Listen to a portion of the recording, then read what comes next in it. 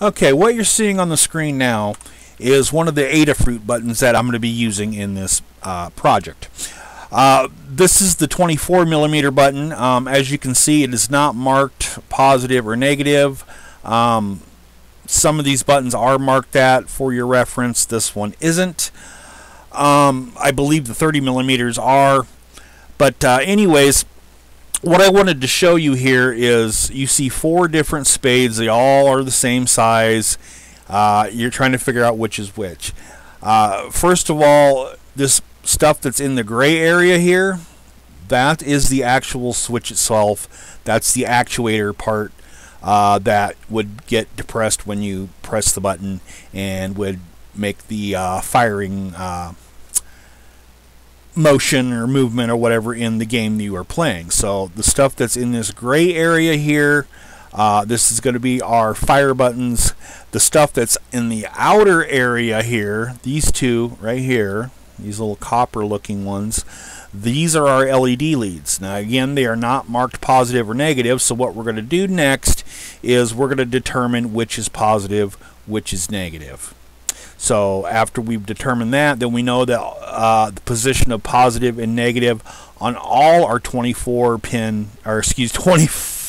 millimeter LEDs and the pin position that we need to be in. So what we're going to do next, I'm going to cut this scene here. Let's go live, and we're going to wire up the button, and we're going to test out the illumination of it. Okay, so I've pre-wired this just to show you this. I've determined that, looking at this here, we see the gray area, that I was talking about, and the other buttons down in there. I've determined that on the left side there, that is going to be the negative. On the right side, that is going to be the positive. I know that because let me reach around here and push my power button. If I can reach it, there we go. You just seen that illuminate. Here, let me set this down here.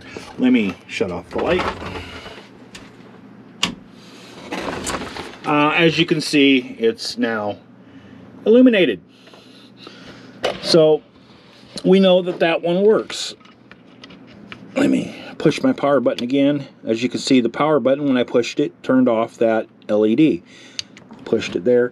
Let me flip this around. I'm trying to do this one-handed here, people. A little dark there. As we can see, that would be our coin button that actually I was testing there. And there's our power button. And again, I can press the power button. There we have it. So we know that our power is now controlling our LEDs. Let's turn the light back on here again. And let me flip on my examination light and turn that on, flip that over so you can see that. Let me set this over here off to the side so you can see actually how the testing was done. What I did was I hooked up my positive and negative, just like they're marked on the DC to DC converter, into the 5-volt system this time, and I just simply ran those 2 wires, positive and negative, to one of the LEDs. Now, if you want to, you can go ahead and test all your LEDs, pre-test every single one of these LEDs in here with just that little 5-volt lead. Even your 30 millimeter, again, the process is going to be the same. I believe they're marked. Yeah, they are marked. Positive is going to be on the left, like on these ones. They're all actually lined up the same. On the top left, that's the positive. On the top right, that is the negative. Let's, according to this anyways, let's check that out and be sure here. So, let's see. Top left, I said, was positive. Top right was negative. Yep, there we go. As you can see, our white button now, let me turn this off, is now illuminated. So yeah, so now we know the position of both our upper 24mm buttons and these lower buttons here. And now we can start working on the daisy chain, and we'll talk about that in the next scene. So as you can hopefully see, almost all the lights are lit up now, except these three, and that's because I haven't wired those yet. But what we're using is a technique known as daisy chaining to do this. Daisy chaining is actually pretty simple to figure out. Let's hold on here. Let me stop this for a second and flip this around. Okay, sorry about that. Had to adjust my microphone too. I actually had it set to the media mod microphone, which sounds a little, I don't know, washed. But anyways, daisy chaining is pretty simple, really. All you're doing when you're daisy chaining is you're going from one positive connection to the next positive connection to the next positive connection, using a type of connector that is all together. So just looking at this red one here, on the end, this is the end one, you can see it leads into another red connector here, which leads out to another red connector here, which leads out to another red connector here. And same thing with the black, and so on and so on. And so what we end up with is basically positive, positive, positive, positive. You hook up all your positives to that, and then all your negatives to that. And, oh, Jesus, people are just calling me today. That's what happens when I take Sundays off, and I've got so many customers to deal with. I got the ones that I'm trying to get done, and then I got new ones that call me. Anyway, so sorry. But anyways, so that's pretty much what daisy chaining is. We're just going from one positive to the next positive using a special wire lead that is made to do that. Now, right here, after this yellow, it crosses over down into here. The daisy chain that I'm using actually would only support 10 different buttons. That's actually why I don't have these hooked up yet. And Jesus, man, people are just calling me today. That's why I don't have these three hooked up, because I only had enough just for 10. So what I plan on doing is just getting out, some more of these, and I will just wire those up individually and lead those individually into that same, let's back this up here, 5-volt source. If you look at my 5-volt side here, which is on the right, and follow that up, you can see it goes to this little connector there that I have kind of jerry-rigged in there. Oops, 1 second here. Try not to drop this. And this leads up, of course, into the daisy chain start. There's our starting positive. Here's our starting negative right here on this button right here. And it just leads around there, back here, crosses over there, over to there. That's daisy chaining. You can make the daisy chain yourself if you want, or you can buy them. I would suggest buying them. It's kind of a pain in the ass to make them yourself. Once you get that down, and I urge you to kind of look at this one, how these simple 4 sets of wires are going, and test this. Just do like a couple, maybe do 2 or 3 buttons. Don't have to do them all at the same time and then plug it in and go, oh, did I get it? But test. I really urge you to test, and start with just a couple. Practice daisy chaining if you're unfamiliar with it on just a couple till you get it down to where it's, here we go, positive, negative, positive, negative, positive, negative. And remember, I showed you earlier in that earlier scene how we identified what the positive and what the negative was. That's all you got to do. And you just do that for all the buttons that you have that are illuminated, and that's going to go to your 5-volt source. Now, sometimes the 5-volt source could be, as an example, an end like this, which would go into that like type of encoder that I had showed you earlier, that 0 delay one, whatever, and that would actually have a little 5-volt jack in it to plug in. Where'd it go? I don't know where I put it. I ain't gonna bother looking for it. It's around, probably in this mess. See, look at that. I've already made a mess in here. But anyways, yeah, sometimes on those zero delay controllers, it'll actually have a little jack in there where that 5 volts going to go, and that's where this end, it would, like I said, look like one of these would plug into, and that's actually what would power all of your LEDs. Now, keep in mind that if you do use a zero delay encoder, like I had previously said, it's going to be drawing that 5 volt that it needs to illuminate these lights from your Raspberry Pi, if you're using the Raspberry Pi, which is, you know, what we're going to be using here. But the method I'm using is a little different. We're getting our 5 volt source from the DC to DC converter down here, rather than using a Raspberry Pi. This is extremely helpful. Like if you have a like a Raspberry Pi 3, you know, those seem to be the cheaper ones. Those are like $40, and some people will build their arcades around a Raspberry Pi 3. If you got too much stuff hooked up to it, you could see like a little flashing lightning bolt in the corner telling you that, you know, that you're not getting enough power fed to it, and other little anomalies that could affect your gameplay, actually, just because excuse me, you don't have enough juice coming through it, or enough amperage, I guess I should say, coming through it to power everything that you want to power.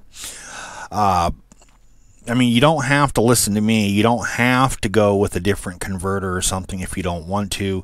It's just a recommendation I personally would make if you want to build an arcade cabinet. But that's me. That's how I do them. It's up to you, I guess. You can watch other people's videos and, you know, whatever. But yeah, that's the daisy chaining. I'm going to finish up this one, and I'm going to make some leads to go into that. And I'm going to...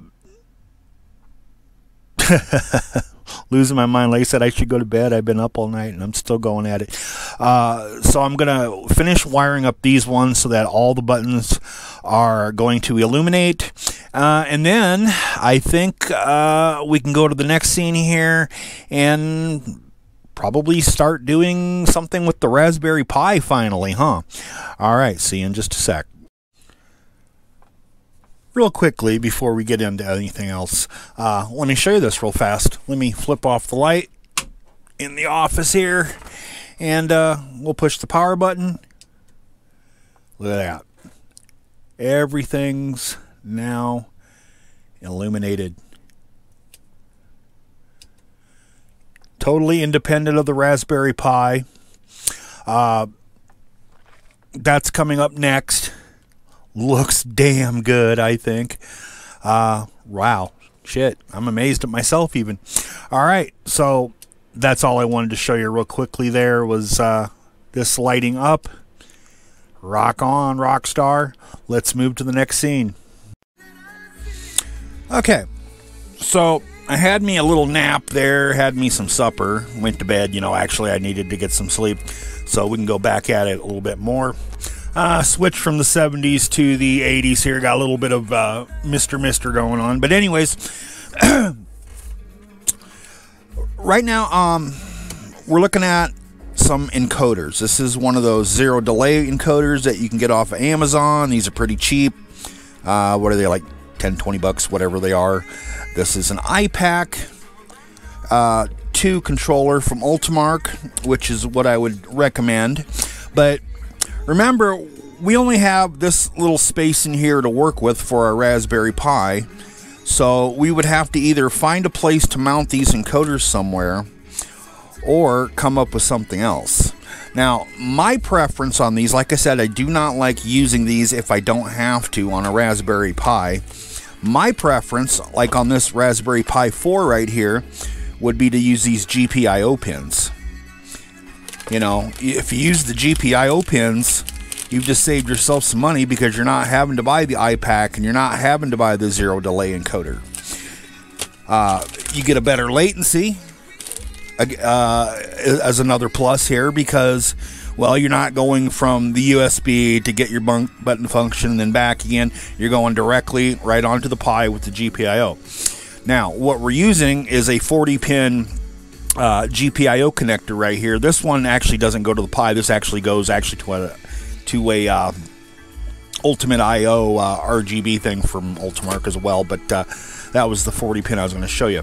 So we need something here that is going to work for us. Now, there is a great solution out there that maybe a lot of people do not realize, and it's not too bad a price, and you could absolutely make this work for what you need. Now, I have that right here in this bag. Let me pull this out. See if we can put this off to the side here and get this in the camera. Here's a little bit of daisy chaining for the ground on some of the connections here that we're going to use, but and then here's our other wires. What this is actually from a Pandora's box. You can get these off of Amazon or eBay pretty cheap. You do have to make a little bit of modification to them. Let's go to the screen real quick and talk about this real fast, and then we're going to go to something else here also related to this, and we'll start talking about putting it in here. So here's one that I found on eBay. Excuse me. Let's see if we can zoom in on this a little bit. Go full screen there so you can see that. Now, as you can tell, it's got the ground wires, that daisy chain right here that I was talking about. It has the pin leads that we need for the type of buttons we're using. And it even right here, you can plug a joystick into it. One of the Sanwas, if you're going to use Sanwas instead of what I'm using. I'm using the J-stick, of course. Now, you can also get little adapters for this to make this work with your Sanwas, to just plug your Sanwa in and convert it to a different type, and I will show you that adapter here in just a moment, to a different type that will run stuff like the HAP style controllers, or the other ones that have like the bigger spade ends on them to plug into. Now, this is a 40 pin right here. Now, if you look at this picture right here where I got the cursor at, you can see all these wires are lined up. What we need to do is change those wires around to where we need them. Now, let me take that there. Back up here, you can see the price on this is $12.95 on eBay with free shipping. You can also find it on Amazon. Just for your search, just type in, all I typed in was Pandora harness, and you'll find it. It's $15.99 on Amazon if you want to go the Amazon route. Now, let me see here, get to my folder here. Call up my diagram here. Look at that. You can see the videos that are actually I'm making here to make this. But anyways, let me double click this. This is actually the pinout that I'm using on the Pi. This would be the kind of a blown up version of the GPIO. Right here, this shows you where everything would plug into. H key would be hotkey. Then, of course, your up, down, left, right, start, select, and then your fire buttons here, A, B, whatever. The ones that are in green are for joystick 1. The ones that are in blue are for joystick 2. Now, you don't have to do 2 joysticks, and we're not using 2 joysticks in this, but if you wanted to do a, say, like an 8-button configuration instead of just a 6, you absolutely could do that as well. Into the GPIOs, you would just skip the for the joystick for the second player and wire your buttons into that instead, into one of the free GPIO pins, and we'll go from there. But like I had mentioned, you need to make some changes to the GPIO pins. Now, let's I'm going to get out the my mini hands there with the magnifier on it, and I'm going to focus the camera on that, and I'm going to show you how to switch those pins around to make them work for what you need on your project. Okay, so I'm going to try to capture this on film. I'm not sure how well this is going to work out, but so I got my little mini hands out here, and I got my camera focused on it. But what I'm going to do here, and I don't know if you can see this or not, but you see this little pin right here that holds this in. What I'm going to do, I'm going to press this down with a little thumbtack here just to release it. And it's kind of hard to see because my vision's blocked because of the magnifier or the lens, but there we go. See how I slid that out? And so I'm able to remove this little wire here away from its casing on the 40 pin here. So what I'll do is I'll take those and pull them out and rearrange them in where I need to be, and that's what's going to get hooked up into the Raspberry Pi according to the pinouts. That way I can save a pinout right here, these two for like my fan or what have you, or I guess it would be these two. So let's get back to another scene. Okay, so here is that converter that I was talking about that you can use to convert from a Sanwa to a HAP style end there, or other type of joystick. What it does, it's got 5 pins on there. You see those right there. That's actually going to plug into this Sanwa port right here. You just plug them in and use this for the joysticks.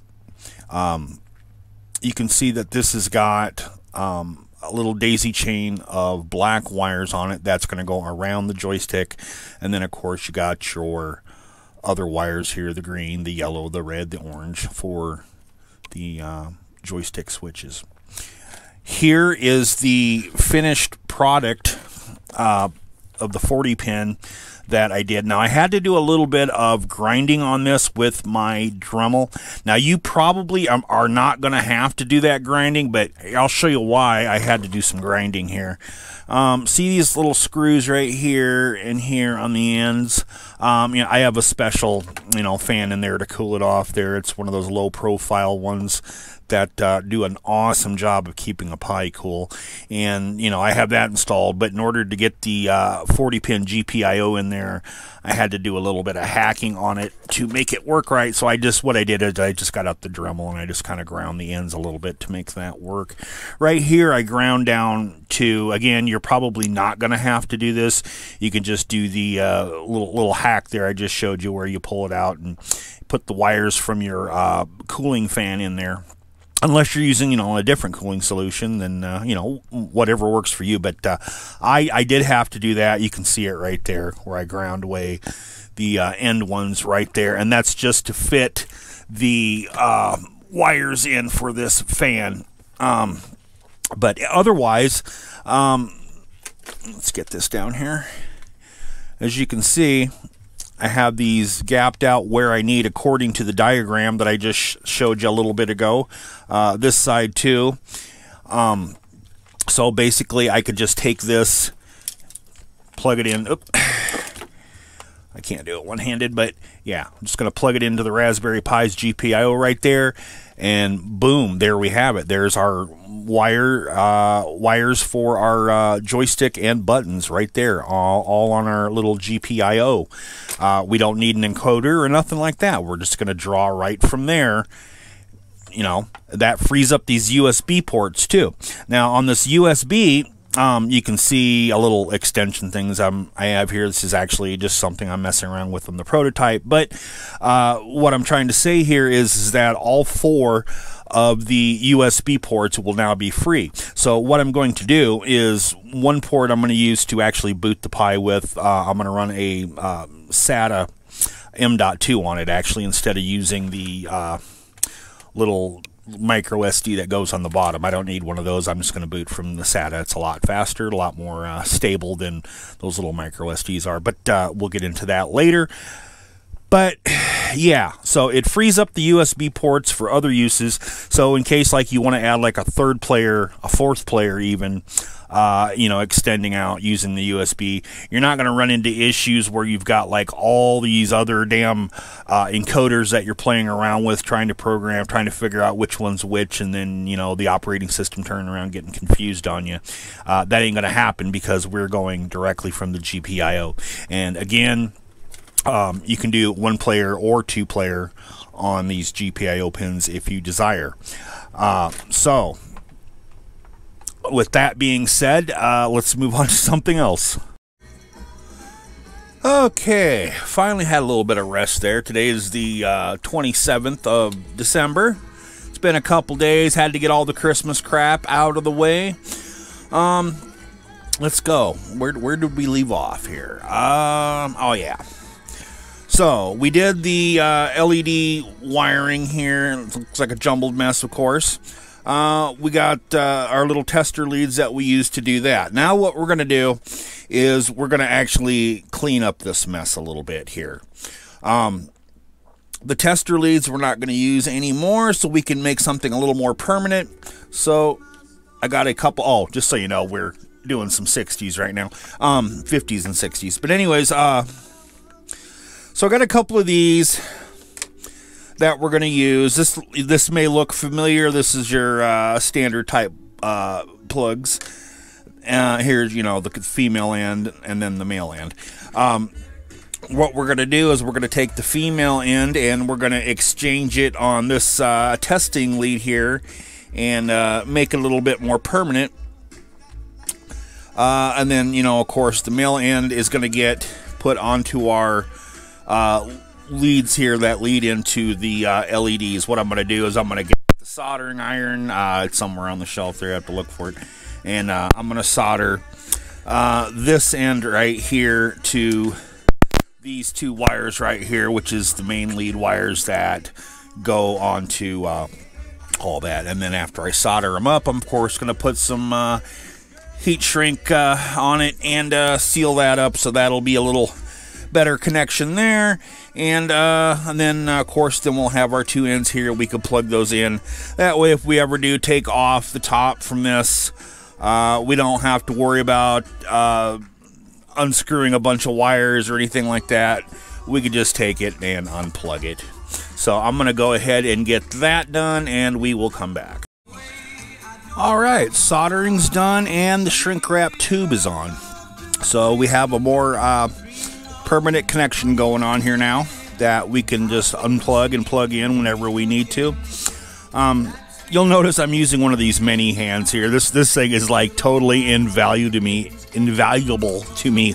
I tell you what, I couldn't get nothing done with it. But you don't have to do this soldering if you don't want to. Myself personally, I'm just being a little more thorough about this. What I'm going to do next is work on my ground wires and on these the leads for the LED lights.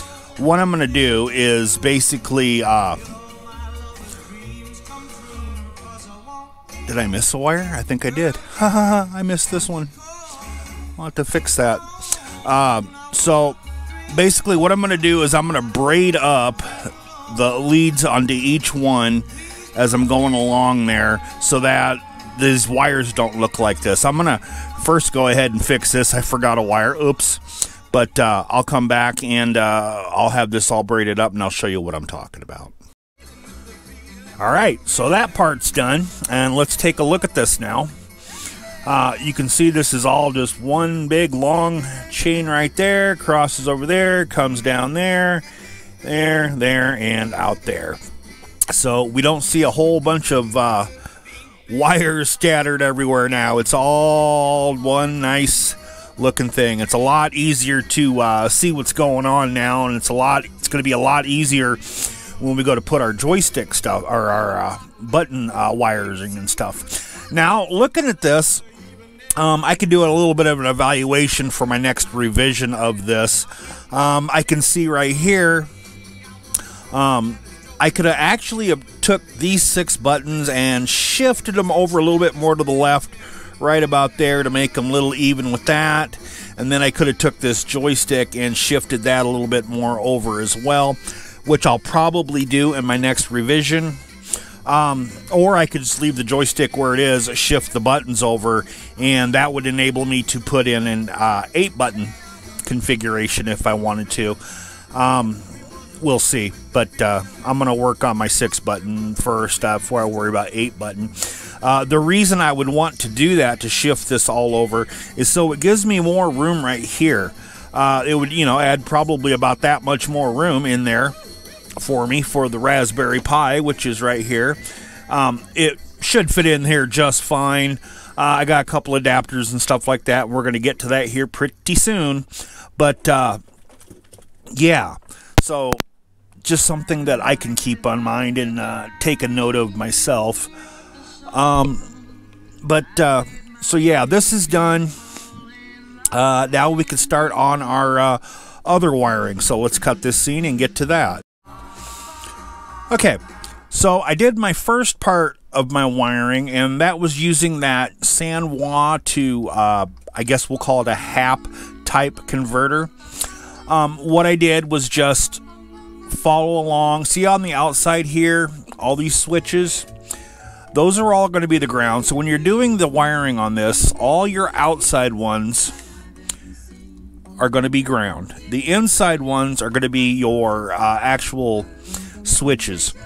So you can see this is actually a 3-prong type switch. Some of them are 2-prong. This bottom one is going to be an always, I guess, always depressed type switch, where it's always pressed down. So you need to skip this one. What you want is this middle one right here for your switches. So all I did was go on the middle one here in order, because this harness here is actually all tie strapped together, so it was pretty easy to follow along, and I just took it right there and just followed along there. So that's done. So all I have to do now is plug this into my Pandora's box harness that we're going to work on next here, and we're good. So that's it for this. Now it's time to move on to the rest of these wires here. So the next thing I did is I went ahead and plugged in all my ground wires for all the switches. Now, when it comes to the switches themselves, not the LEDs, but the switches themselves, it really doesn't matter which side you plug them in. Pick one. Doesn't matter. You can mix and match if you want. It doesn't matter, because all it's going to be doing is just, you're going to be sending out a signal from one of the wires, and it's going to hit the ground. Doesn't matter where you have them plugged in. But for the sake of being consistent on mine, you can see I plugged them all the ground on the right-hand side.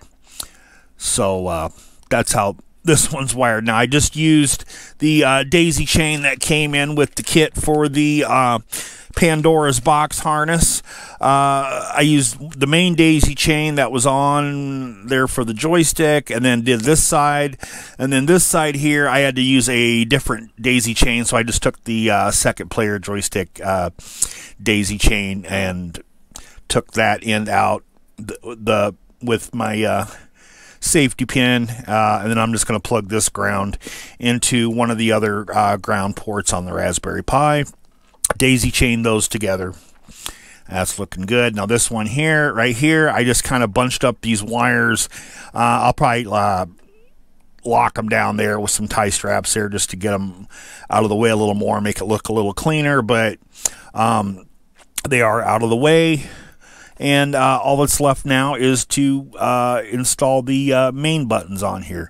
Again, your ground, it doesn't matter which side that you have them on, as long as they're daisy chained together and you are making contact, you are good. So all my buttons are all set up now. My joystick wiring is complete. Now let's move to the screen and talk about the next step. Okay, so now we're going to test again. I did the wiring on the back for the LEDs again. I put the wiring all straightened up in there. And right now, hold on a second here. Turn on some light here. So I got all my lights working. The amp's working. You can hear the music. Okay, let's see. As you can see right here, this little jack, we can plug it in and unplug it if we need to. That way, in case I ever need to take the control panel out and do some work on it, it'll be a lot easier to disconnect from here. Same thing with like the buttons. If I need to disconnect, all I have to do is just unplug it from the GPIO. So I got my ground going on here. Let me give this a listen here real quick. Let's make sure both of my speakers are still working. 1 second here.